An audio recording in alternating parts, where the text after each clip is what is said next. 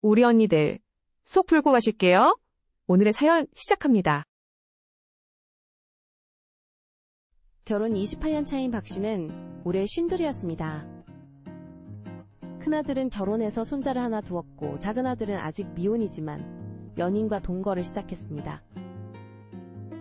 남편은 정년을 2년 앞둔 상황이었고 시어머니는 83세 나이로 혼자 사시면서도 여전히 정정하셨습니다.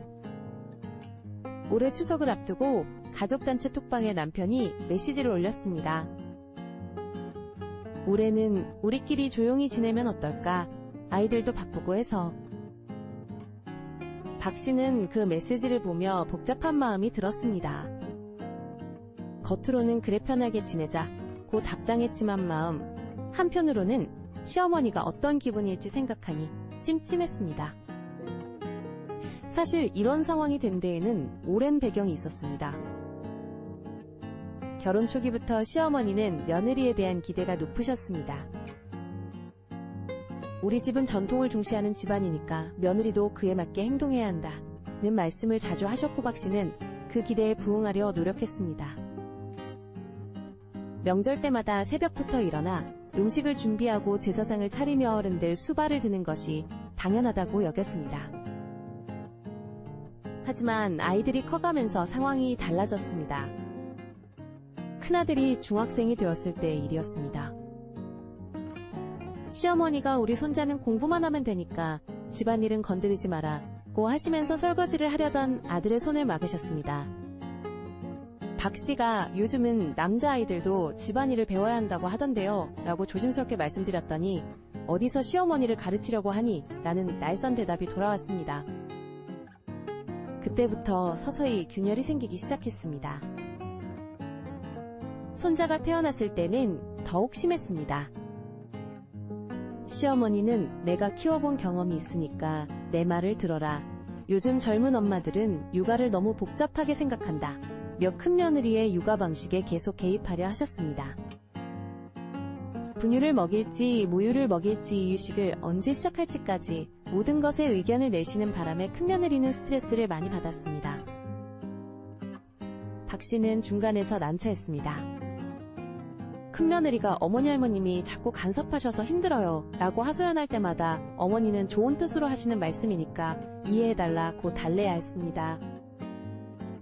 하지만 마음 한편으로는 큰며느리의 마음을 충분히 이해했습니다.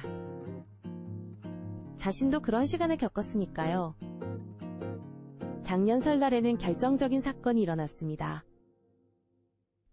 온 가족이 모인 자리에서 시어머니가 우리 작은아들은 언제 결혼할 거냐고 물으시더니 요즘 젊은이들은 책임감이 없어서 문제다. 동거 같은 걸 하고 있으니 결혼을 미루지 라고 말씀하셨습니다. 작은아들의 얼굴이 굳어졌고 그의 연인은 당황한 표정을 지었습니다. 박 씨가 어머니 아이들에게도 각자 사정이 있으니까요 라고 중재하려 했지만 며느리는 가만히 있어. 내가 우리 아들한테 하는 말이야 라는 대답만 돌아왔습니다. 그날 이후 작은아들은 가족 모임에 연인을 데려오지 않게 되었습니다. 큰며느리도 차라리 우리끼리 따로 만나는 게 낫겠다 고 말에 고손자까지 데려오는 횟수가 줄어들었습니다. 박 씨는 시어머니와 자식들 사이에서 계속 중재 역할을 해야 했는데 점점 지쳐갔습니다. 남편은 이런 상황에 대해 어머니는 원래 그런 분이시니까 이해해달라고만 말했습니다. 당신이 어머니한테 말씀드리면 안 되겠어요? 라고 부탁해도 내가 뭐라고 하면 어머니가 더 서운해하실 텐데 라며 소극적인 반응만 보였습니다. 박 씨는 혼자서 모든 갈등을 조율해야 한다는 부담감에 스트레스를 받기 시작했습니다. 올 여름 큰아들 가족이 휴가를 갔다가 돌아온 후 벌어진 일이 결정적이었습니다. 시어머니가 휴가 잘 다녀왔느냐고 물으시면서 그런 돈 있으면 어머니 모시고 온천이나 갔으면 좋았을 텐데 라고 말씀하셨습니다. 큰며느리가 저희도 1년에 한 번 가는 휴가인데요 라고 대답했더니 젊은 사람들은 놀 생각만 하네 라는 핀잔이 돌아왔습니다. 그날 저녁 큰아들이 박 씨에게 전화를 걸어왔습니다. 엄마 저희 할머니 모시고 명절 지내는 거 이제 힘들 것 같아요. 와이프가 너무 스트레스 받아 해서 상담까지 받고 있거든요.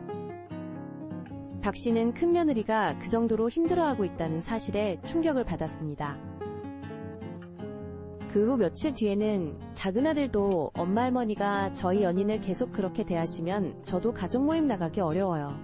저희 결혼 계획에도 영향을 미치고 있어요. 라고 털어놨습니다. 박 씨는 그제야 상황이 얼마나 심각한지 깨달았습니다. 남편과 진지한 대화를 나눴습니다. 여보, 이제 정말 어머니한테 말씀드려야겠어요. 아이들이 다 떨어져 나가고 있어요. 남편은 처음에는 그래도 어머니인데 라고 했지만 박 씨가 그럼 당신 혼자 어머니 모시고 명절 지내세요 라고 단호하게 말하자 태도가 바뀌었습니다. 그래서 나온 것이 올해는 우리끼리 조용히 지내자는 제안이었습니다. 직접적으로 시어머니께 문제를 지적하는 대신 자연스럽게 거리를 두는 방식을 택한 것이었습니다. 하지만 박 씨는 이런 선택이 과연 옳은 것인지 확신이 서지 않았습니다. 시어머니께서 추석 일주일 전에 전화를 걸어오셨습니다. 올해 추석은 어떻게 할 거냐?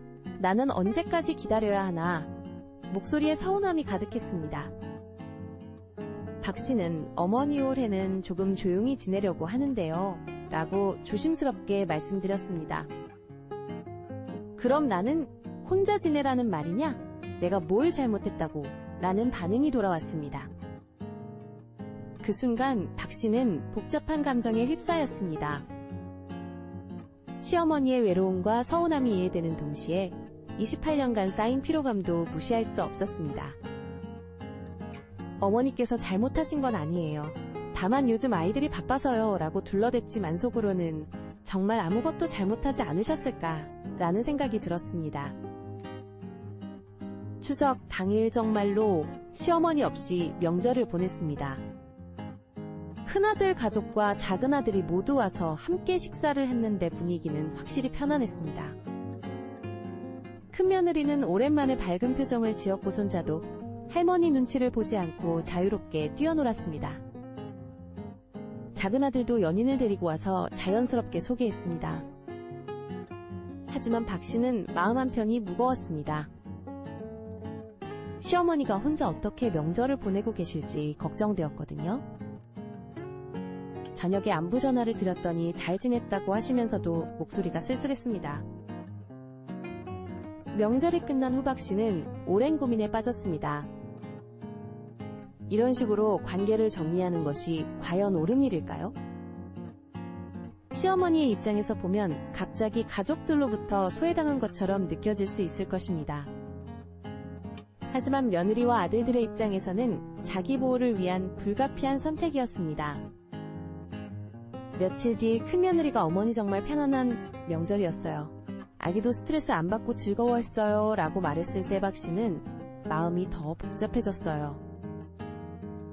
가족의 행복과 평안을 위해서는 필요한 선택이었지만 사람을 소외시킨다는 죄책감은 지울 수 없었어요. 결국 박 씨는 남편과 함께 시어머니를 따로 뵙기로 했어요. 애들과 함께하는 대가족 모임은 어려워도 부부끼리 따로 문 안 들이는 건 계속하자고 말씀드렸어요. 시어머니는 그래도 내 아들과 며느리는 날 잊지 않는구나 라며 조금은 위로받는 표정을 지으셨어요. 여도 부부가 따로 문 안 들이는 것은 계속하자고 말씀드렸습니다. 시어머니는 그래도 내 아들과 며느리는 나를 잊지 않는구나 라며 조금은 위로받는 표정을 지으셨습니다. 이 경험을 통해 박 씨는 가족관계가 얼마나 복잡하고 섬세한 것인지 깨달았습니다.